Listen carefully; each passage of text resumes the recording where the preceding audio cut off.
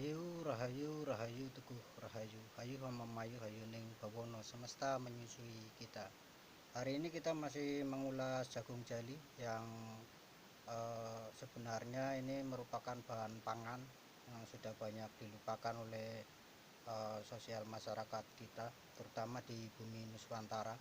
Jadi jika dari Dinas Pertanian sendiri mengatakan bahwa jagung jali ini merupakan pengganti beras atau pengganti nasi.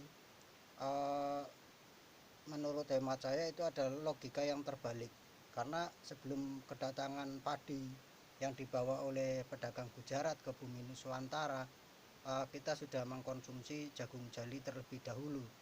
Jadi menurut pandangan saya pribadi, bahwa bahan pangan jagung jali ini merupakan bahan pangan Nuswantara yang tergusur oleh beras atau tergusur oleh padi. Jagung jali bukan hanya merupakan bahan pangan yang tahan terhadap berbagai macam iklim dan sebagai pengendali hama. Jagung jali juga memiliki kandungan-kandungan senyawa yang sangat kompleks yang dibutuhkan oleh tubuh kita untuk perbaikan sel kulit yang mati, kemudian kekuatan tulang, untuk menghindari osteoporosis dini. Kemudian jagung jali juga mampu menstabilkan gula darah di tubuh kita. Jadi ini bisa menstabilkan produksi insulin di dalam tubuh. Jadi ini bisa untuk menghindari diabetes, kemudian melarutkan kolesterol jahat, dan juga sebagai pencegahan kanker. Di Cina sendiri jagung jali masih dikonsumsi.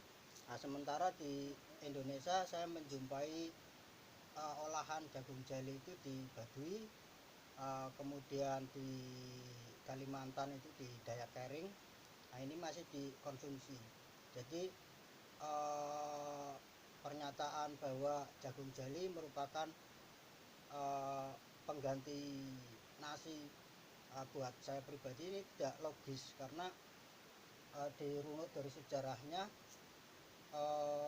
padi itu datang belakangan ketimbang jagung jali. Nuswantara tidak mengenal padi pada waktu itu. Kita memakan biji-bijian seperti jagung jali, kemudian jawut. Jagung itu pun dibawa oleh Belanda. Jadi bukan asli tanaman kita. Walaupun rumpun padi yang tumbuh di bumi Nuswantara sudah ada, tapi padi-padi yang berkembang itu adalah padi-padi yang dibawa oleh pedagang Gujarat. Kemudian di era Soeharto ketika ada revolusi hijau, nah ini juga patut kita pertanyakan. Soeharto mengadakan revolusi hijau pada waktu itu, apakah akan membuat negeri yang sudah hijau menjadi tidak hijau? Nah, ini lucu, karena di era Soeharto sendiri banyak menanam tanaman-tanaman hibrid yang kemudian menggusur tanaman-tanaman endemi lokal kita. Jadi kita sekarang udah susah mencari tanaman-tanaman asli Nusantara. Apalagi padi yang saat ini rata-rata semuanya hibrid. Dan menurut hemat saya juga padi-padi hibrida ini turut mendongkrak diabetes, kemudian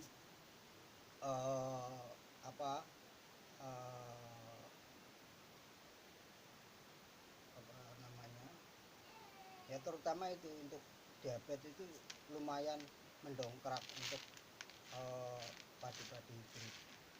Dan lucunya lagi, ketika pemerintah mengadakan program perbaikan tanah tidak didukung dengan aspek-aspek yang lain, seperti halnya masih murahnya pupuk, kemudian masih murahnya bahan-bahan pestisida atau bahan-bahan kimia di pertanian kita. Nah, pertanian di Indonesia juga mengalami kemerosotan yang sangat dahsyat dengan datangnya produk-produk Bayer, bahan-bahan kimia sintetis. Nah, ini turut merusak keseimbangan ekosistem. Jadi sudah sangat jarang petani-petani yang bersinergi dengan alam. Nah, kerusakan ekosistem atau kerusakan alam itu sendiri sedikit banyaknya juga didongkrak oleh industri pertanian kimia sintetis. Baik, saya rasa itu ulasan saya soal jagung jali, karena di video-video sebelumnya juga sudah saya ulas. Nah, hari ini saya akan coba menunjukkan bagaimana mengolah jagung jali. Nah, kita cukup menumbuk. Nah, kita tumbuk. Ini kita sedikit aja kita. Ini di tempat yang sempit saya, karena untuk bulan-bulan ini saya pribadi LSW sebagai penanggung jawab penuh di Gerakan Konservasi Binatang Indonesia sedang pengen sedikit istirahat lah, karena ternyata dengan banyaknya dana-dana bantuan dari pemerintah ini justru menjadi bumerang bagi kita. Untuk saat ini masyarakat hanya mengandalkan dana-dana bantuan, jadi kegiatan-kegiatan yang sifatnya independen atau mungkin sifatnya swadaya, masyarakat sudah susah untuk diajak ke situ.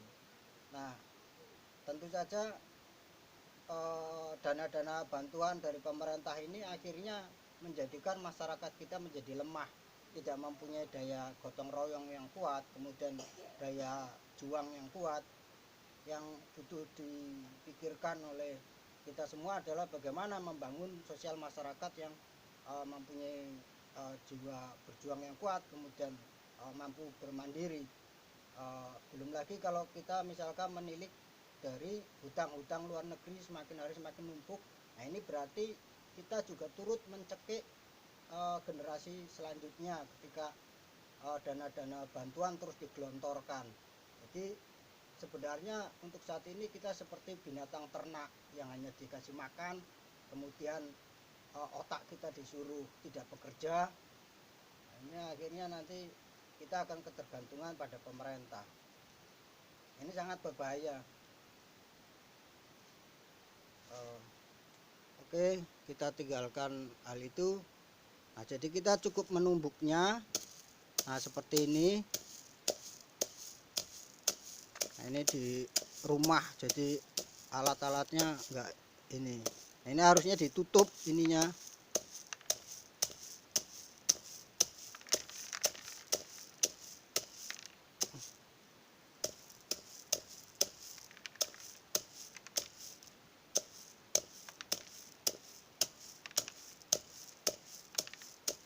Nah, jadi harusnya ini kan ditutup. Jadi enggak kemana-mana.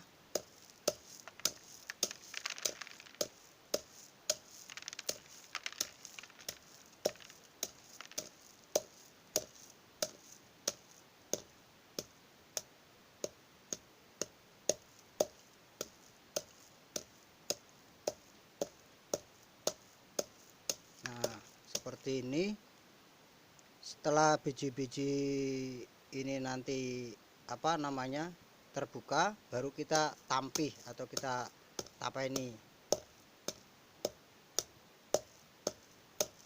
Nah, jagung jali ini bisa kita kukus seperti memasak beras, atau bisa dibuat tepung sebagai bahan kue. Nah, kalau rasanya ini hampir seperti padi ketan.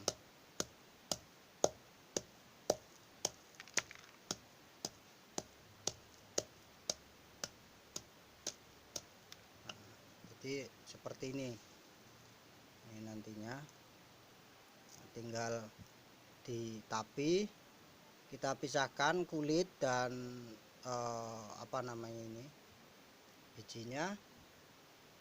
Nah ini rasanya seperti ya seperti jagung, karena ini juga masih termasuk rumpun padi dan gandum-ganduman.